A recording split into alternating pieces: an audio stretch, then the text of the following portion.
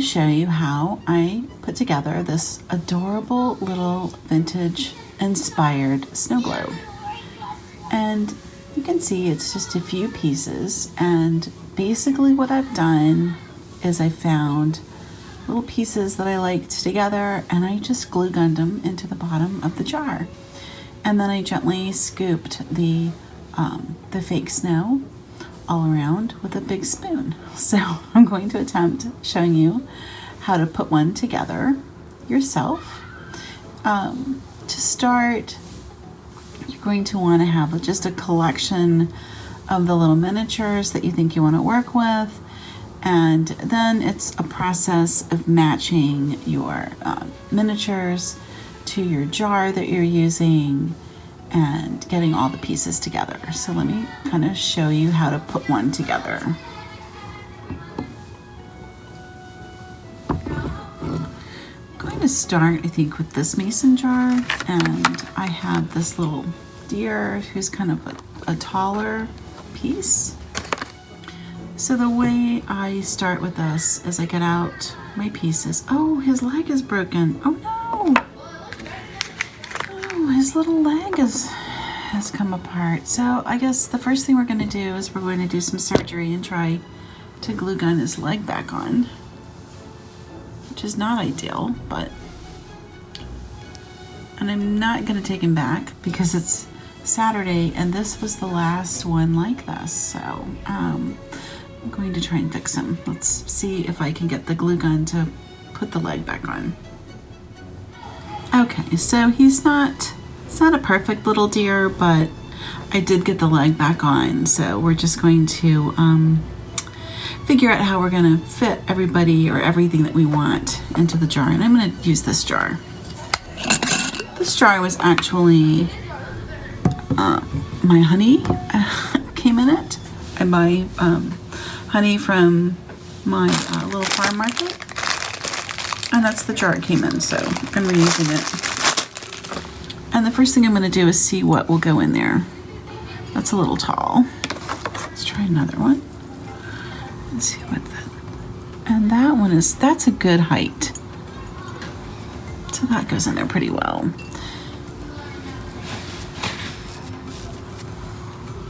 So we're going to start. You just kind of place your things in and you see what you like. So I just kind of fit a couple of pieces into the jar. There's no right or wrong way to do this. You're just kind of playing to see what works where. And I got these little twig things. It was like a whole jar of these twigs, and in miniature they look like logs. So I thought that would be fun with woodland animals. So I'm kind of thinking maybe I could put something under this deer's hoof, and that will help him stand up better. Like that maybe. Oh yeah. Oh yeah. Okay, so that really helps. So this helps my deer to stand up. And you can already see how cute this little deer is with those two bottle brush trees. And they're similar heights, so I'm going to use like a shorter tree in there as well, probably in a green to pick up. I really like these light colored ones, but there's going to be snow in the bottom, so yeah, we're going to just play a little bit with the heights of things. I might even wind up putting this little tree on top of this just to make it a little taller. It's sort of a free form art project. You're going to just play with it and see what you like and what works. But I think to get started, what I'm going to do is I'm going to glue gun the trees and the little deer. The first thing I'll do is I'll secure this little deer to this particular stick so that I know it's got a good sturdy base. And then we'll get the trees into the glass, and then we'll lower the little deer. And I'm going to move us over to where I do my glue gun work, which is on my workbench in the garage. So let's head over there. Nothing about this is fancy, but I like for you to see it this way because you then know this is a real garage and I'm really doing this at home, and it's something that you can make also because it looks really good when it's in the pictures. And so this is, you know, I'm just making it right here at home, and you can do the same thing. Okay, so let's secure this little deer onto the twig. And what I'm going to do is I'm going to just put some glue on his hoof here. And then we're just going to secure him down.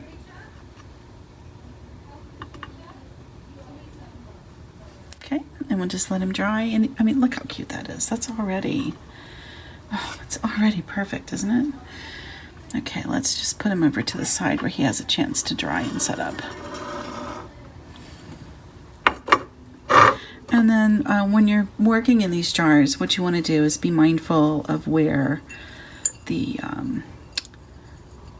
impressions are, because you want to be able to view your piece from a place that doesn't have writing in front of it. And I actually think this is kind of cute with it saying Mason here.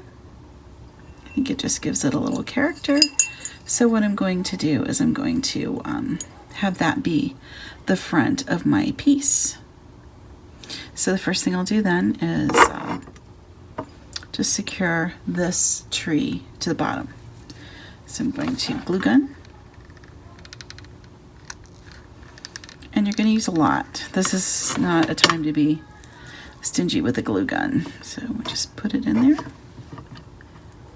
And just secure it down, and it will dry really quickly.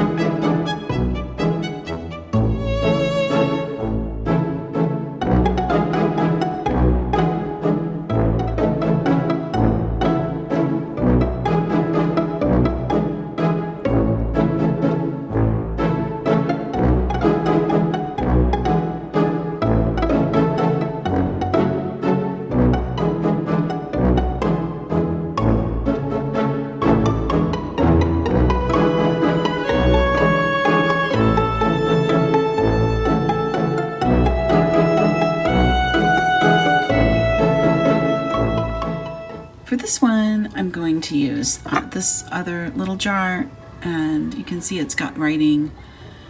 So I definitely want to make sure that my snow globe is facing that way. And in this one, I'm going to use this cute little dachshund. This is actually a gift from my neighbors. And so I want the little dachshund to be like kind of up on this little twig. This is completely optional. I just have found that when the snow globes are made, they just look really cute if the animal has the stick with it, the twig. Just gives it a little height, a little something extra. And you can see I'm just gluing them right on there. And then let's see how he looks in the jar. Figure out about where I want to place him. What you want to do is you want to figure out what your main piece is going to be and place that first, and then you can put your other stuff in. So I know I want my dachshund to be sort of to the front